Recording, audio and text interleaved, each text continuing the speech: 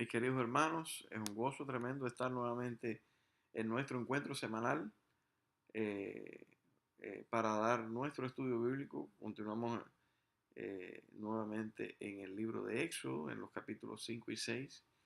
Eh, Quiero que ustedes sepan que esta es una historia fantástica que debemos seguir de cerca porque hay cosas muy interesantes que tenemos que tocar una vez que vamos por encima del pasaje.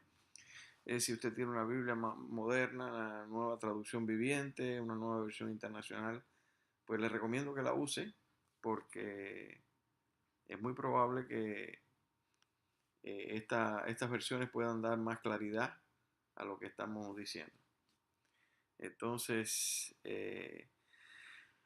vamos a comenzar diciendo que estamos en presencia de lo que llamaríamos una liberación espiritual. Cuando Moisés finalmente llega a Egipto, bueno, ustedes saben ya toda la historia en que ha venido parando y es un hecho significativo que simplemente Moisés ha sido compelido a ir a Egipto. Dios le ha prácticamente obligado a ir a liberar a su pueblo. Y estas son las circunstancias que se presentan para Moisés, muy parecido muchas veces las circunstancias que se nos presentan a nosotros. No sé si a usted le ha pasado alguna vez, pero eh, a mí me ha pasado en muchas ocasiones que me parece que la fe no me alcanza para ver los resultados. No sé si a ustedes les habrá pasado lo mismo, pero este es un episodio muy similar a la vida de nosotros. Por eso me identifico tanto con Moisés, porque es un caso muy típico de lo que nos pasa a nosotros. A veces yo digo, no sé cómo va a salir la situación, no sé cómo vamos a ver los resultados. Y este es el tipo de circunstancias en las que Dios se especializa. Y por eso quiero compartirlo con mucha vehemencia hoy con ustedes, porque sé que muchos están en situaciones difíciles y que han atravesado por situaciones muy desesperantes, pero la buena noticia es el fin de esta historia en la que Dios trae siempre la victoria a su pueblo. Eh, y quiero que sepan que muchas veces esa victoria tiene que ver con mantener los principios bíblicos eh, en el momento oportuno y no solamente cuando todo está bien. A muchas personas les parece que es más fácil, en vez de sostener sus principios y de hacer valer su fe, simplemente quedarse como está y pasar desapercibido si fuera posible. No sé si les ha pasado eso, pero hay algunos cristianos que por alguna razón que quizá podamos investigar en algún momento y podamos saber qué es lo que pasa por sus mentes, pues no son dados a aprovechar la fe que Dios les ha dado y la capacidad de poder tener a Dios como su guía en su vida y prefieren pues pasar inadvertido. Y esto es una de las cosas que nos extraña acerca de la fe, que muchas personas, en vez de aprovecharse de ella, simplemente sufren y viven vidas verdaderamente miserables por el hecho de que no han tomado este paso tan importante, porque no han dado este salto de fe que es tan importante a la hora de relacionarnos con Dios. Moisés viene como respuesta al clamor del pueblo. No sé si ustedes recordarán que toda la historia comienza Moisés tranquilo en Madián, ha pasado 40 años allí, feliz, tiene su esposa, tiene sus hijos, tiene su familia y realmente no le interesa nada de lo que ha dejado atrás. Y 40 años es un buen tiempo, mis hermanos. Es un buen tiempo, yo diría, suficiente como para borrarlo todo de la mente, como para no tener ni siquiera memoria de las cosas que pudieron haber sido y no fueron. Y sin embargo, Dios tiene un plan especial con Moisés y quiere que su vida cuente, aun cuando el tiempo ha pasado y aparentemente podemos borrar las cosas que no se hicieron. Cuando Moisés le mostró a Faraón las señales que eh, eh, Dios le dio para que le mostrara, pareciera como que la obra no iba a funcionar. Eh, Así que Moisés regresa a Egipto, viene como obedeciendo la voz de Dios y al principio como que nada funciona. quizás él traía en su mente alguna esperanza de que con aquellos trucos y la señal de la vara y la mano metido en el pecho y todas estas cosas, pues él iba a lograr que Faraón por lo menos reaccionara y dijera, ah, bueno, está bien, tú eres un, tú eres un hechicero, tú eres un hombre grande, tú eres una persona a quien Dios mira. Pero todo lo contrario, dice la Biblia, que Faraón también se trajo un grupo de hechiceros que él tenía ahí e hicieron exactamente las mismas cosas que Moisés hizo. Eso está en el capítulo 5 y 4, en la final del capítulo 4 y 5. Hay como un recuento de la historia aquí en el capítulo 5 del libro de los Hechos y quiero que nos concentremos ahí específicamente en el versículo 1 del capítulo 5. So, en el capítulo 4 vamos a encontrar los detalles del encuentro entre Faraón y Moisés, pero luego en el capítulo 5 vuelve a recontarse la historia, digamos a grandes rasgos, y entonces es que vemos este desconfort, esta incongruencia con el plan de Dios. Y me imagino que por la mente de Moisés pues vinieron muchos pensamientos. Él pensando que él cumpliría la obra de Dios y que simplemente Faraón dejaría ir a su pueblo y que después se podría regresar a Madián y Chirín, la historia se acabaría. Pero la historia era mucho más complicada. Y no porque Dios mismo quiere hacer las cosas más complicadas, pero es porque los hombres son complejos. Y una cosa importante que tiene que entender el hombre es que el plan de Dios siempre se cumple, aun cuando Él se oponga al curso natural de los eventos. Así que piense bien en estas cosas que son tan importantes. Dios siempre hace cumplir su voluntad y Dios siempre cumple su plan. Bueno, quizás en todo momento no se cumpla la voluntad de Dios, pero su plan siempre se cumple porque Él da la vuelta de tal manera de que su plan siempre se cumple. Y si las cosas son a veces no como uno espera, y si los resultados no se pueden ver inmediatamente, no es porque la voluntad de Dios no es exactamente que así sea, sino porque los hombres y en el trato con los hombres la cosa es bien compleja. Eh, Así que para colmo de males, el faraón menospreció a Moisés. Dice la historia que mandó a darle doble ración de trabajo entonces a los hebreos.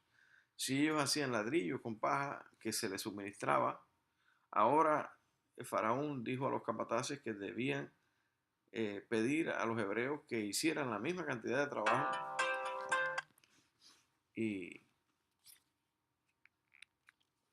finalmente que produjeran las mismas cosas aun cuando no se les facilitaba la paja. Mis amados hermanos, sería una situación horrible, una situación bien compleja en la que definitivamente estarían bien angustiados todos por tal situación. Si lo pudiéramos poner en perspectiva, podríamos decir que Moisés, que no quería venir para ser el instrumento de Dios, ahora se ve en una circunstancia bien difícil, lidiando con la testarudez de Faraón, que definitivamente no quiere dar su brazo a torcer. Por su parte, trata de resolver el problema diciendo que es que Dios es un Dios muy severo y si el pueblo no va a adorarlo en el desierto, se va a enojar y los va a matar a todos. No sé si ustedes se han dado cuenta de que en muchas ocasiones, cuando nos toca a nosotros hacer la obra de Dios, pues tratamos de interpretarla a nuestra manera. Y lo que estamos viendo en el versículo 3 del capítulo 5 es a un Moisés tratando de razonar con Faraón una situación que ya Dios anticipadamente había previsto. Faraón no va a doblegarse, dice la Biblia que él iba a endurecer su corazón, que Dios le iba a dejar abandonado, como vimos en la semana pasada. Y sin embargo, Moisés, porque trata de considerarlo un poco, ¿no? Fíjense para que ustedes vean en este versículo 3 para que me van a dar la razón en esto. Él razona con Faraón y le da un argumento que es hasta insólito. Le dice, el problema es que este es un Dios muy severo y si no salimos al desierto, pues entonces los va a matar a todos. Evidentemente, aquella explicación no convencía a nadie. Y Faraón le hizo ningún caso. Eh, Faraón, que se suponía a Moisés que debía responder, no respondió. Por su parte, los hebreos, que para la fecha no estaban felices con nada de lo que estaba pasando eh, eh, con ellos, porque por una parte reclamaban piedad a su Dios, pero por otra preferían que si no se iba a resolver el problema, que los dejaran en paz. Eh, Mis amados hermanos, si nosotros no dejamos las cosas en las manos de Dios, simplemente ahí se crea una gran confusión porque cada uno trata de interpretar la vida a su manera y cada uno trata de interpretar la vida según puede entenderla y comprenderla. A la luz de lo que Moisés vio, a la luz de lo que Faraón hizo, a la luz de lo que el pueblo recibió, todo salió mal, si lo vemos a esa luz. Ahora, sale todo mal aparentemente si no tenemos en cuenta lo que Dios ha hecho en el pasado, que es un Dios que no cambia, que es un Dios que promete y cumple. Y estas son las cosas que tenemos que comprender a largo plazo. Ahora, quiero que ustedes entiendan de que Dios también quería producir en Moisés una respuesta contundente. Quiere llevarlo a un estado en el que o Moisés simplemente claudica y en este sentido sería, bueno, vamos a dejar que el pueblo muera y ya una vez cuando ya no tengamos ningún otro pueblo que salvar, pues me regreso a Madián ahí con mi familia y otros 40 años más felices y contentos sin ningún tipo de preocupación. Pero Moisés había llegado a un punto en el que había hecho suya la obra de Dios. Y quiero que estén muy atentos a todo lo que se va a estar leyendo aquí, porque es muy importante que el pasaje nos lleve a nosotros a ver un proceso de cambio en cada una de las partes implicadas. No solo en Faraón, Faraón no fue el único que cambió. Moisés cambió y el pueblo también cambió y todos fueron llevados a lo que yo llamo una liberación, una verdadera liberación espiritual. Vamos a ir en los detalles eh, por las partes. Moisés como líder a fin de que eh, se le diera esta encomienda. Entonces, en su defecto, Moisés lo que hace es que va ante Dios y dice la Biblia que va a reclamarle, dice que viene a reclamarle. Miren lo que dice la palabra. Entonces Moisés fue ante el Señor y protestó. Señor, ¿por qué trajiste toda esta desgracia a tu pueblo? ¿Por qué me enviaste desde que me presenté ante Faraón como tu vocero? Él se ha vuelto aún más brutal contra tu pueblo y tú no has hecho nada para rescatarlo. Entonces en ese momento es que el Señor se revela tal y como Él es. Una vez que ha visto que Moisés ha abrazado esta causa que hasta ahora no era de Él, era de Dios, pero ahora Él lo ha aceptado como parte del pueblo de Dios.